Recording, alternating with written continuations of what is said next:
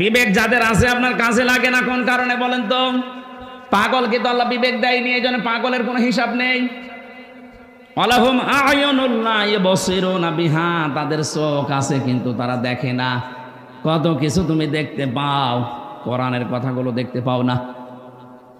আল্লাহ চোখকে ডাক দিয়ে বলছে, চোখওয়ালা মানুষ কি করো তুমি? আফালা ইয়ানজুরুনা ইলাল ইবিলি কাইফা খুলিকাত ওয়া ইলাস সামাই কাইফা রুফিআত ওয়া ইলাল জিবালি কাইফা নুসিবাত ওয়া ইলাল আরদি কাইফা সুতিহাত। বলেন আল্লাহু আকবার। এখানে আল্লাহ 4টা সৃষ্টির নাম দিয়েছেন।